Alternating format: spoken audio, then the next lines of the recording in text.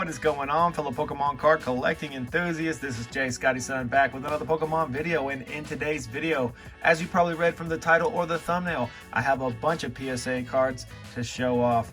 This spans 3 different submissions and they all came back pretty much at the same time, so I figured why make 3 separate videos? Why not just clump them all together and make one awesome video. So first we have a Charizard in PSA 7, not too bad. This stack right here, pretty much the majority of it is from a person that I met at a card convention, and then a couple weeks later he sold me his collection, so I'm pretty stoked. I did have a deal with him that if any of them got 10s, I would give him some more money. Unfortunately, none of them got 10s. Vintage Hollows are really tough to get 10s in.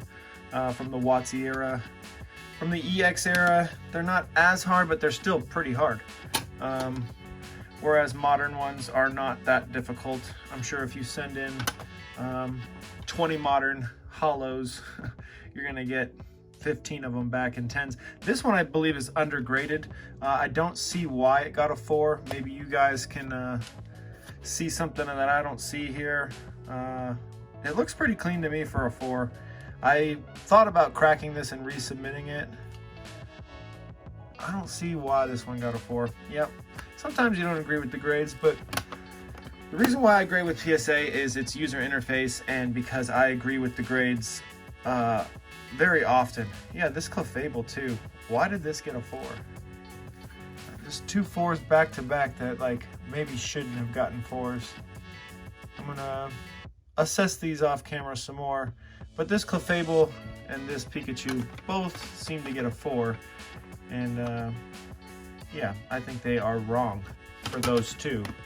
This Jolteon is the grade I thought it would get. This is really the main reason and what I would thought about from the collection over and over again, because this card in a 10 does get I think $2,000, $3,000, maybe more, but there's little white Nick right here. Is what stopped me from knowing that it would get a 10, and feeling comfortable telling the guy who I bought the collection from that I would give him more money if any of these cards got a 10, because that Jolteon was the only one that really, I believe, had a shot at getting the 10, and I really didn't think it would. So when I say I really thought it had a shot, really it had the best shot out of the bunch is what I mean to say. Because it was the cleanest one of the bunch. You can see a lot of 8s here. A little 8 train going. Check that out. And these first edition 8s are pretty good, because just buying these first edition raw is pretty expensive nowadays. I know, because I am currently working on the Team Rocket set. I just got this one in the mail. And I think I have maybe 1 or 2 more cards left for the Team Rocket set. I just finished Fossil and Jungle for my binders. So basically I have the first 12 sets ever produced in English, all in binders, and then I stop at the Legendary Collection. But I had them in Unlimited, and I'm slowly but surely working on them to get them into first edition. So next would be Gym Heroes and Gym Challenge. I do have a mix of first edition ones, and yeah, so this was the only card from this submission that wasn't a part of the collection. I just threw this in because I thought it would get a 10, but it didn't. Next up is a bunch of reverse Skyridge hollows. I think that's gonna be the next like 35 cards or so, and you're gonna see a lot of this. Whole pile is 9s, so we're gonna go ahead and go through this pile a little quickly, because they're just a bunch of 9s from Skyridge. Reverse foil. We call them reverse hollows. They call them foils. It's hollow is short for holographic or hollow foil. Let me know down in the comments what would you like it to be called if everyone had to agree for the end, from now to the end of time. Would you rather it be called a hollow or a foil or holographic? Or I think I would choose hollow. If everyone would just say hollow, that'd be great. No more foil would be nice. Yeah, so pretty good submission overall for this Skyridge. I only got 110, but I got a bunch of 9s. So a ton of mint condition Skyridge reverses, and then several 8s. Ooh, a little too quick there. The Starmie, yeah, a good amount of 8s, and then 1 6 in the back. And you're always gonna have that one random outlier, and I don't know why I got a 6. You guys might wanna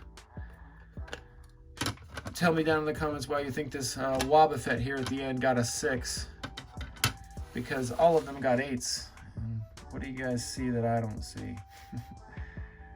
Because the Wobbuffet to me looks pretty darn nice, and I'd be willing to bet anybody who is trustworthy enough of betting that this would not receive a 6 again, nor would those that Pikachu and that what are they? The Clefable. If I regraded those, they would not get 4s again.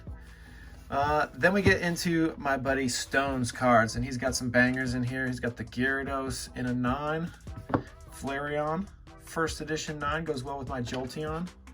I even thought that this card might be mine for a second, but it's not, because I also sent one in. I should be back within a week or two. The Dark Charizard, the Dark Magician, the 25th anniversary edition though. Shining Celebi, this one, yeah, let's see. Out of the regrades here, hey, there it is. So this was actually a CGC 5, Shining Celebi. And it went down from a 5 to a 2. So PSA definitely grades more harshly. See, there's that little mess up right there. PSA definitely grades more harshly on the lower grades than the other 2 rival companies.